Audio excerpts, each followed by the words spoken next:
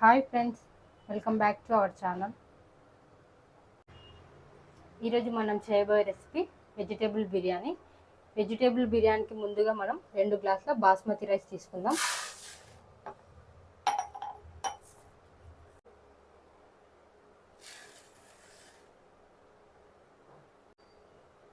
ఈ రైస్ని 2-3 సార్లు శుభ్రంగా కడిగి 1 గంట పాటు నానబెట్టుకోవాలి. ముందుగా స్టవ్ వెలిగించి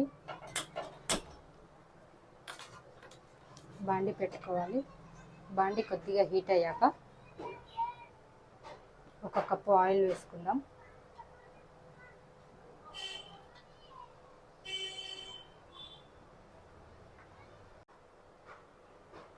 ఆయిల్ కొద్దిగా హీట్ అయ్యాక హోల్ గరం మసాలా వేసుకోవాలి. నేను మసాలా కొద్దిగా తక్కువ తీసుకుంటున్నాను, చాలా తక్కువ తీసుకుంటున్నా క్వాంటిటీ.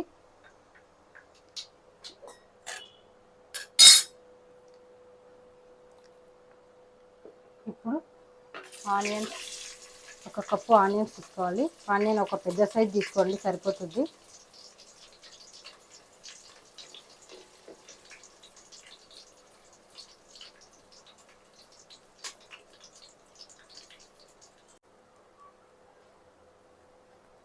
నెక్స్ట్ కొద్దిగా కరివేపాకు,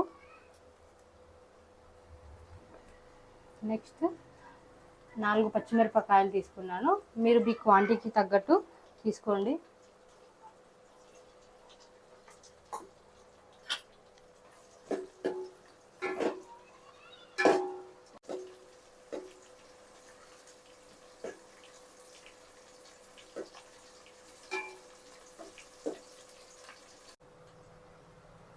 నెక్స్ట్ కొద్దిగా అల్లం పేస్ట్ వేసుకుందాం. అల్లం పేస్ట్ పచ్చి వాసన పోయే వరకు వేయించుకోవాలి.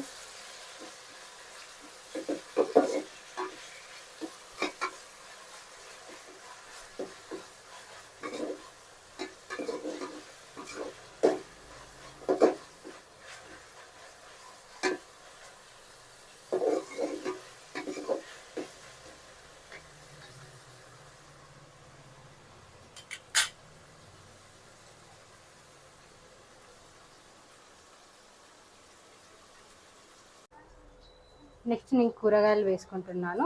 ముందుగా బీన్స్, క్యారెట్, పచ్చి బఠానీ, ఆలు, టమాటో చిన్నది. టమాటో మీకు ఇష్టం ఉంటే వేసుకోవచ్చు, లేదంటే స్కిప్ చేయండి. అన్నీ ఒకటేసారి వేసుకొని కలుపుకుందాం.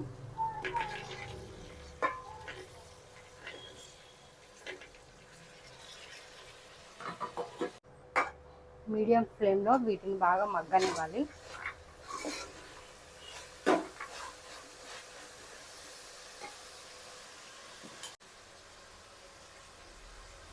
అందులో 1 టేబుల్ స్పూన్ పసుపు వేసుకుందాం.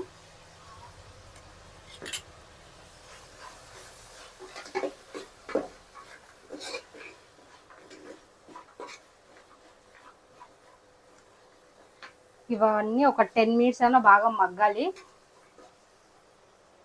ఇప్పుడు కొద్దిసేపు మూత పెట్టి మగ్గనిద్దాం.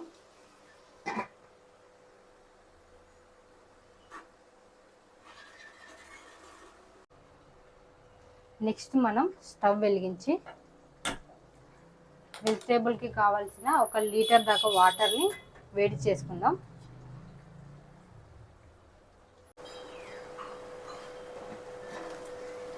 వెజిటేబుల్స్ ఈ విధంగా మగ్గాక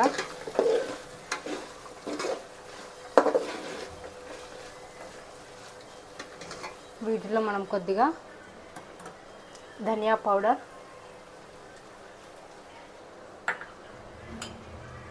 గరం మసాలా వేసి కలుపుకుందాం. నెక్స్ట్ మీ రుచికి తగినంత ఉప్పు, వీటిని ఒకసారి బాగా కలుపుకొని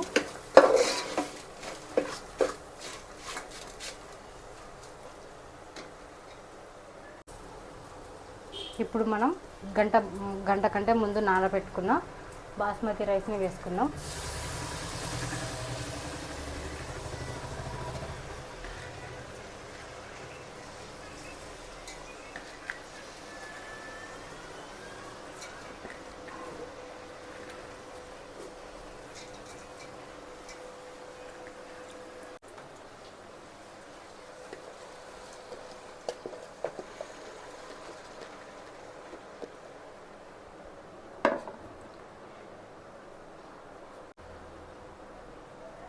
ఇప్పుడు వీటన్నిటిని నెమ్మదిగా కలుపుకోవాలి, లేదంటే రైస్ మొత్తం విరిగిపోతుంది.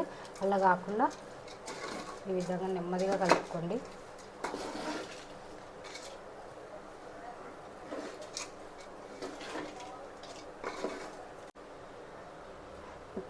ఇప్పుడు మనం ముందుగా మరలించుకున్న వాటర్ని ఇందులో వేసుకుందాం.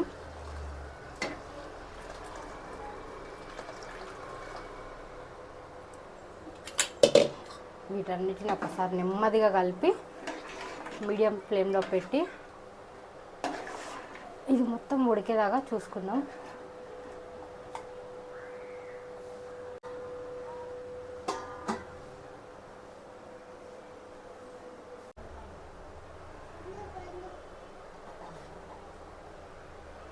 ఓకే అండి, మన వెజిటేబుల్ రైస్ రెడీ అయిపోయింది.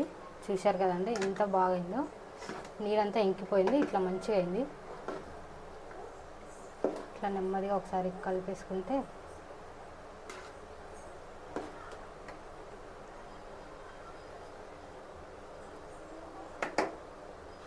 మనం లాస్ట్గా ఒకసారి కొద్దిగా కొత్తిమీర వేసుకొని ఒక 5 నిమిషాలు మూత పెట్టేద్దాం.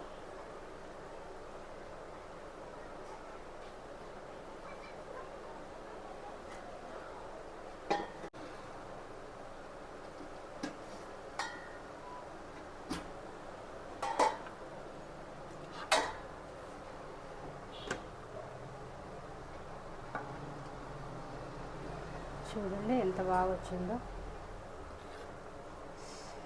ఇలా ఈ విధంగా ఒకసారి ట్రై చేయండి, చాలా టేస్టీగా ఉంటుంది.